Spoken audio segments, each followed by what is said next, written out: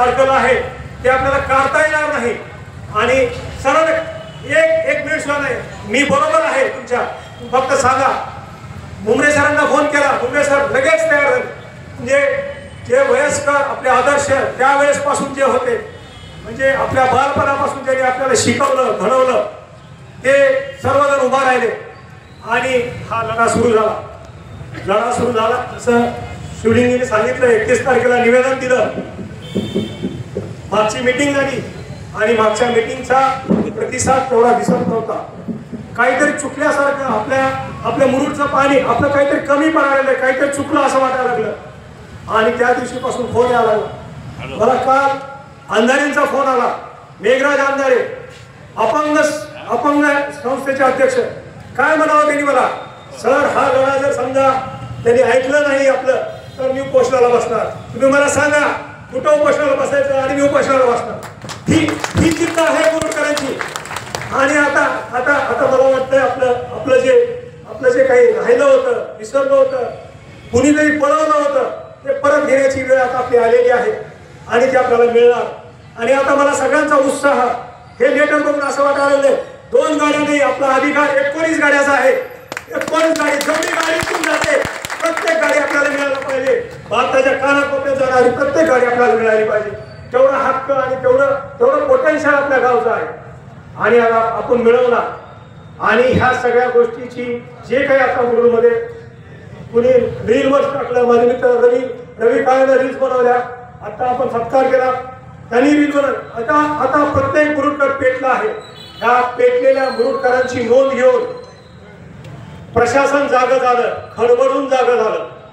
आणि काल त्यांनी आपल्या आंदोलनाची नोंद घेऊन त्यांनी स्वतः आपल्याला कलेक्टर ऑफिसमधून पत्र आलं की आपल्या आंदोलनासाठी रिप्रेझेंटेशन मुख्यमंत्री साहेबांसमोर करण्यासाठी तुम्हाला बोलवण्यात आलेलं आहे.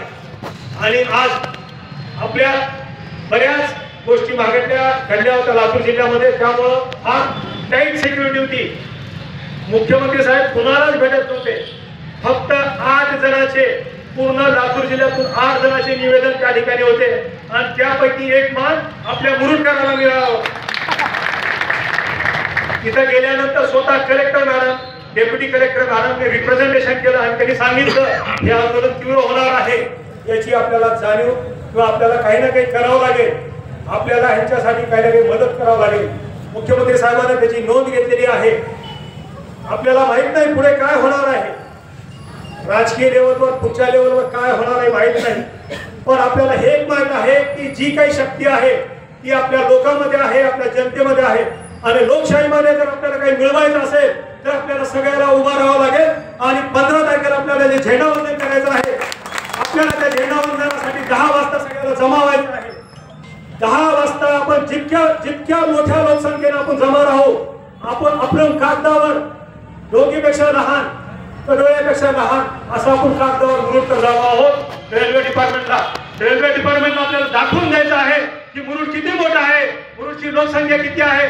मुरुड मधलं अर्ध मुरुड मी जर रेल्वे स्टेशनला आलं तर तिथं माणसाला पाय ठेवायला जागा राहणार नाही, आपल्याला दाखवून द्यायचं आणि आपण हे दाखवू. आता पुढची गोष्ट, काही जणांनी प्रश्न विचारले की ह्या रेल्वे आंदोलनामध्ये काही केसेस होतील, काही होतील. असं काही नाही आहे. मी स्वतः नागपूरच्या एका रेल्वेच्या जे मुख्य मॅजिस्ट्रेट असतात त्यांच्याशी चर्चा केली ह्या गोष्टीवर. आपण आपल्या रेल्वे आंदोलनामध्ये 2 भाग केलेले आहेत. आपण रेल्वेसाठी जे रेल्वेचे ड्रायव्हर आहेत त्यांना विनंती केलेली आहे आणि तसं आपण त्याला लेटर दिलेलं आहे. ज्यावेळेस आपण ड्रायव्हरला विनंती केली आहे त्याचा अर्थ आहे त्यांनी गाडी थांबवून आपल्या ध्वजारोहणासाठी यायचं आहे. समजा त्यांनी नाही थांबवली तर आपण, ज्यामध्ये मी असेल आणि माझे डॉक्टर सहकारी असतील, एक्स मिलिटरीमन आहेत, ते काय साहेब आहेत, काही विशिष्ट लोक, सगळेजण नाही, फक्त 10 माणसं, 5 माणसं, 15 माणसं त्या रेल्वे अडवण्यासाठी जातील. आणि रेल्वेचं जे काही रूल्स असतील आपल्या देशाचे, त्याच्यामध्ये जे काही दंड होईल ते दंड आम्ही आमच्या अंगावर घेऊ. त्याच्या जे काही चक्रामारावर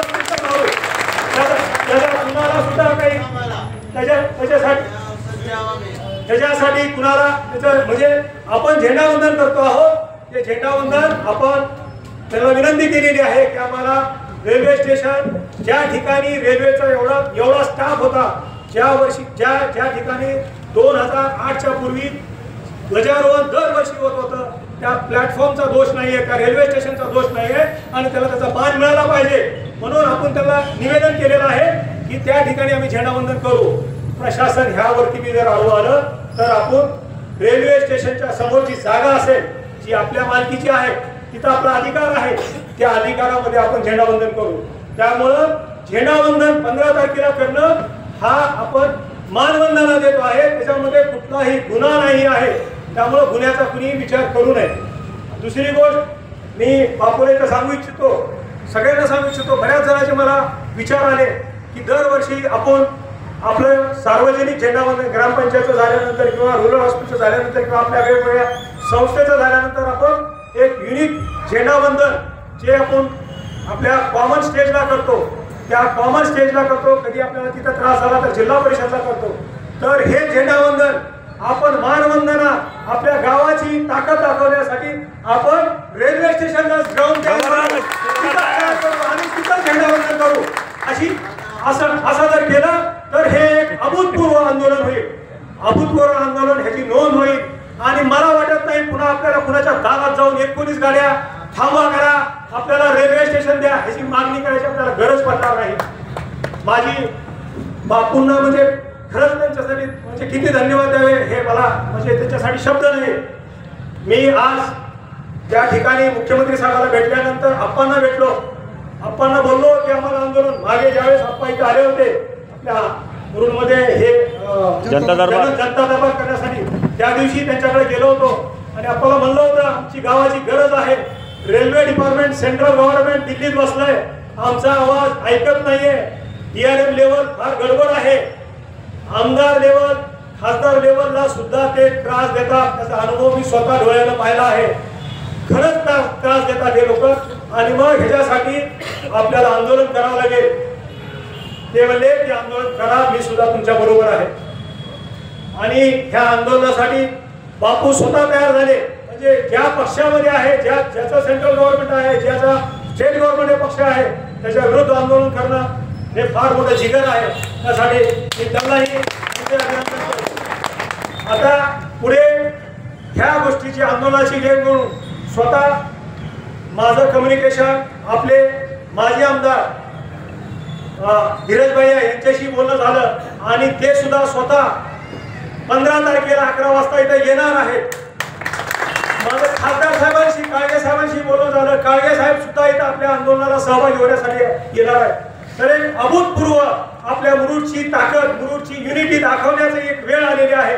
ह्याच्यानंतर असं झालं नाही पाहिजे. आपल्याला एखादं कागद घेऊन लातूरला आपण कलेक्टर ऑफिसला गेलो, तहसीलदारकडे गेलो तर आपलं कागद कचऱ्यामध्ये गेलं नाही पाहिजे. मुरुडकराचा कागद आहे, लगेच काम झालं पाहिजे. एवढी ताकद आपण दाखवायची आता वेळ आलेली आहे. आता राहिली पुढची प्लॅनिंग.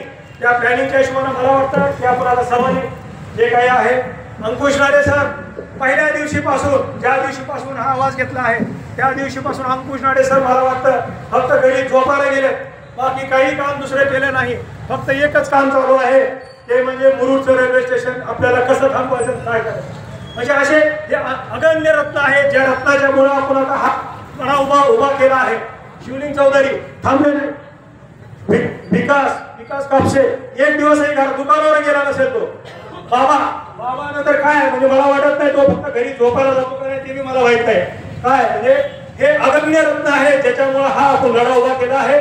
आणि आता हा लढा आपण जीव देण्याच्या शेवटच्या टप्प्यात आलो आहे.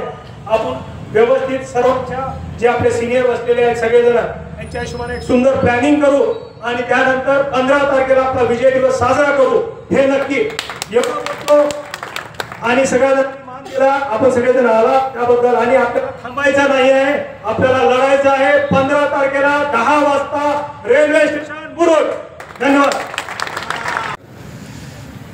सर्वप्रथम मी सगळ्यांचं अभिनंदन केले. जेव्हा मी राज्याच्या कृषीमंत्री होतो तेव्हा अनेक प्रश्नावर मी काम करत होतो. आता सर्वांची तुमच्या या ठिकाणची अशी ऊर्जा पाहून मला सुद्धा आता बारामतीहून इकडे येण्याची संधी असं वाटायला. ठीक है इन्होंने साथियों,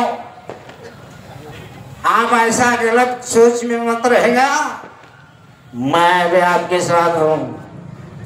आने वाले झंडोवंदन को चाहे मुझे रेल में जाना पड़ेगा या जेल में जाना पड़ेगा, मैं 15 तारीख को जरूर आऊँगा।